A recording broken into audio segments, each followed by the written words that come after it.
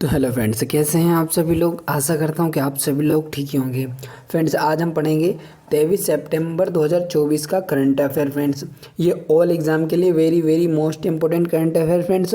और हम current affair की पीडीएफ भी प्रोवाइड कराते हैं। किसी बच्चे को अगर करंट अफेयर की पीडीएफ चाहिए तो बायो में टेलीग्राम चैनल का लिंक है, ज्वाइन हो जाइएगा। वहाँ पर डेली करंट अफेयर की पीडीएफ प्रोवाइड करा दी जाती है फ्रेंड्स।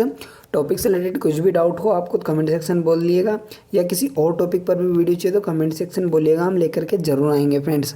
आपके सपोर्ट की बहुत ज़्यादा ज़रूरत है, तो लाइक से सब्सक्राइब करना ना भूले। लास्ट में आपके लिए होमवर्क के लिए क्वेश्चन रखा हुआ है, देखते हैं आप कितना याद रखते हैं क्वेश्चन को। तो आज पढ़ते हैं 23 सितंबर का करंट अफेयर। तो हमारा इसमें पहला क्वेश्चन होगा कि हाल ही में भारत के FSSAI ने किस देश के कृषि और पशुधन मंत्रालय के साथ समझौता किया है। तो किस देश के कृषि और पशुधन मंत्रालय के साथ समझौता किया है फ्रेंड्स, तो वो क्या है, ब्राज़ील के। ऑप्शन बी इसका राइट आंसर होगा हमारा। अगला क्वेश्चन देखें तो क्वाड शिखर सम्मेलन 2025 की मेज़बानी कौन सा देश करेगा। तो क्वाड जो शिखर सम्मेलन 2025 में होने वाला है फ्रेंड्स, इसकी मेज़बानी कौन सा देश करेगा, तो वो करेगा अपना भारत देश। ऑप्शन सी इसका राइट आंसर होगा फ्रेंड्स हमारा। इसके बारे में अगर हम थोड़ा डिटेल जाने तो क्वाड का फुल फॉर्म क्या होगा फ्रेंड्स, तो इसका फुल फॉर्म होगा क्वाड्रिलेटरल सिक्योरिटी डायलॉग में भारत, अमेरिका, जापान और ऑस्ट्रेलिया शामिल है फ्रेंड्स। क्वाड में 2025 में भारत क्वाड शिखर सम्मेलन की मेज़बानी करेगा, जो कि सामरिक सुरक्षा और आर्थिक सहयोग पर केंद्रित होगा। इस मंच का फ्रेंड्स मुख्य उद्देश्य क्या है, तो इंडो पैसिफिक क्षेत्र में शांति और स्थिरता बनाए रखना है। यह शिखर सम्मेलन हिंद महासागर क्षेत्र में चीन के प्रभाव को संतुलित करने की रणनीति के तहत होता है फ्रेंड्स। क्वाड शिखर सम्मेलन में साइबर सुरक्षा, आतंकवाद और व्यापार से जुड़े मुद्दों पर चर्चा होती है। भारत की मेज़बानी से क्षेत्रीय सुरक्षा और सामरिक संबंधों में महत्वपूर्ण भूमिका निभाने की उम्मीद है फ्रेंड्स। अगला क्वेश्चन अगर देखें हमारा, तो हाल ही में श्रीलंका के राष्ट्रपति का चुनाव किसने जीता है।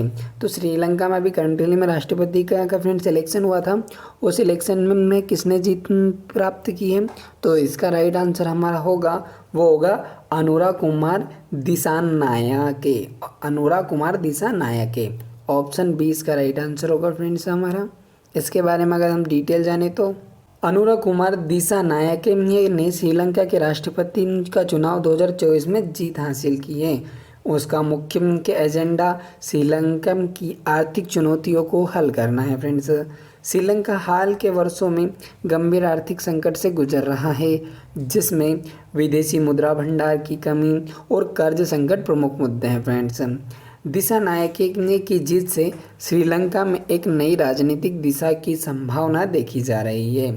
वे लंबे समय से श्रीलंका के राजनीतिक परिदृश्य में सक्रिय रहे फ्रेंड्स और जनता के बीच लोकप्रिय नेता माने जाते हैं। उनकी नीतियां भ्रष्टाचार को कम करने और आर्थिक सुधारों पर केंद्रित है, जो वर्तमान संकट को हल करने में महत्वपूर्ण होगी फ्रेंड्स। अगला क्वेश्चन देखें तो हाल ही में किस देश में इन्वेस्ट इंडिया का नया कार्यालय खोला गया है।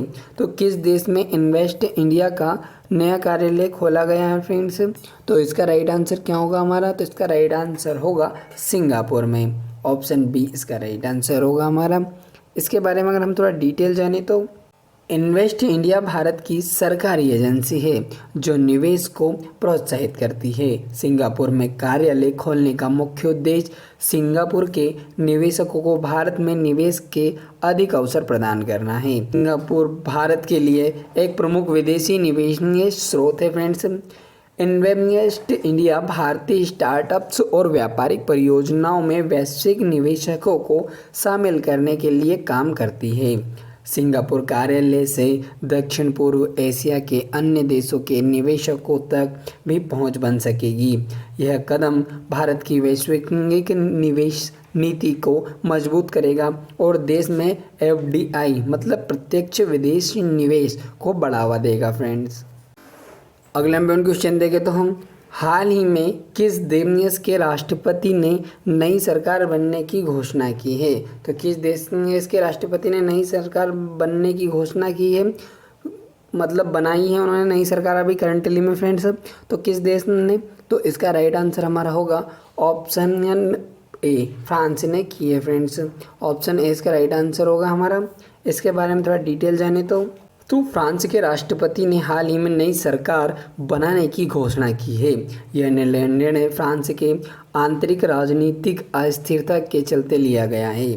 फ्रांस की सरकार ने कई आर्थिक और सामाजिक सुधारों को लेकर संघर्ष किया है, जो नई सरकार के एजेंडे का हिस्सा होगा। इस नई सरकार के गठन का उद्देश्य फ्रांस की आर्थिक स्थिति को सुधारना और जनता के विश्वास को पुनः स्थापित करना है फ्रेंड्स।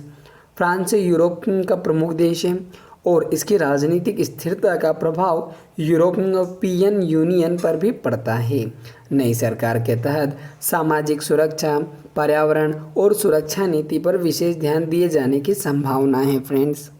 अगला इम्पोर्टेंट क्वेश्चन देखें तो भारतीय वायुसेना अपनी 92वीं वर्षगांठ अवसर पर किस शहर में एयर शो आयोजित करेगी? तो अपनी 92वीं वर्षगांठ के साथ फ्रेंड्स किस शहर पर एयर शो आयोजित किया करेगी? तो इसका राइट आंसर क्या होगा हमारा? तो इसका राइट आंसर फ्रेंड्स जो होगा वो होगा चेन्नई शहर पर। ऑप्शन बी इसका राइट आंसर होगा फ्रेंड्स हमारा। इसके बारे में डिटेल अगर हम जाने तो भारतीय वायुसेना की 92वीं वर्षगांठ 8 अक्टूबर 2024 को मनाई जाएगी। इस अवसर पर चेन्नई में भव्य एयर शो आयोजित किया जाएगा, जिसमें वायुसेना के बेहतरीन प्रदर्शन होंगे। इस शो में अत्याधुनिक लड़ाकू विमानों और हेलीकॉप्टरों का प्रदर्शन किया जाएगा। यह शो वायुसेना की ताकत और क्षमताओं को दिखाने के लिए आयोजित किया जा रहा है फ्रेंड्स। वायुसेना की स्थापना 1932 में हुई थी फ्रेंड्स और यह भारतीय रक्षा प्रणाली का महत्वपूर्ण अंग माना जाता है फ्रेंड्स।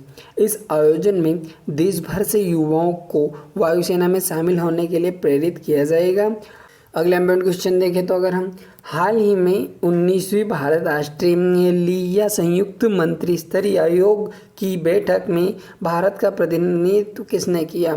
तो फ्रेंड्स जो 19वीं भारत ऑस्ट्रेलिया संयुक्त मंत्री स्तरीय आयोग की जो बैठक हुई है उसमें भारत का प्रतिनिधित्व किसने किया है? तो वो किया है पीयूष गोयल ने। ऑप्शन सी इसका राइट आंसर होगा फ्रेंड्स हमारा। इसके बारे में अगर हम थोड़ा डिटेल जाने तो पीयूष गोयल भारत के वाणिज्य और उद्योग मंत्री हैं, जिन्होंने 19वीं भारत ऑस्ट्रेलिया संयुक्त मंत्री स्तरीय आयोग की बैठक में भारत का प्रतिनिधित्व किया है। इस बैठक का उद्देश्य व्यापारिक और निवेश संबंधों को बढ़ावा देना है। भारत और ऑस्ट्रेलिया के बीच 2022 में आर्थिक सहयोग और व्यापार समझौता हुआ था फ्रेंड्स, जिसे इस बैठक में और मजबूत किया गया है। बैठक में दोनों देशों के बीच द्विपक्षीय व्यापार को 100 बिलियन अमेरिकी डॉलर तक बढ़ाने पर चर्चा हुई है। दोनों देशों ने शिक्षा, पर्यावरण और खनिज संसाधनों में सहयोग को लेकर भी विचार विमर्श किया है। भारत ऑस्ट्रेलिया संबंधों का महत्व फ्रेंड्स क्वाड सहयोग के संदर्भ में भी है, जहां दोनों देश इंडो पैसिफिक क्षेत्र में मिलकर काम कर रहे हैं। अगला इम्पोर्टेंट क्वेश्चन देखें तो उससे पहले please friend like share subscribe जरूर कर दीजिएगा, आपके सपोर्ट की बहुत ज़्यादा ज़रूरत है फ्रेंड्स। अगला इम्पोर्टेंट क्वेश्चन देखें तो हाल ही में नाजीरा बानो ने प्रथम खेलो इंडिया महिला ताइक्वांडो लीग चरण 1 में व्यक्तिगत अंडर 30 वर्ग में कौन सा पदक जीता है?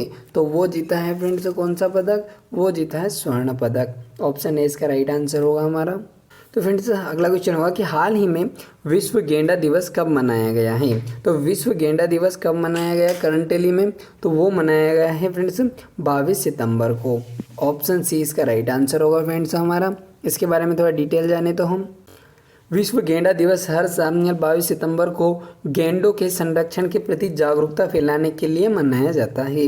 इस दिन का उद्देश्य गेंडा शिकार और उनके अवैध व्यापार को रोकने की दिशा में काम करना है।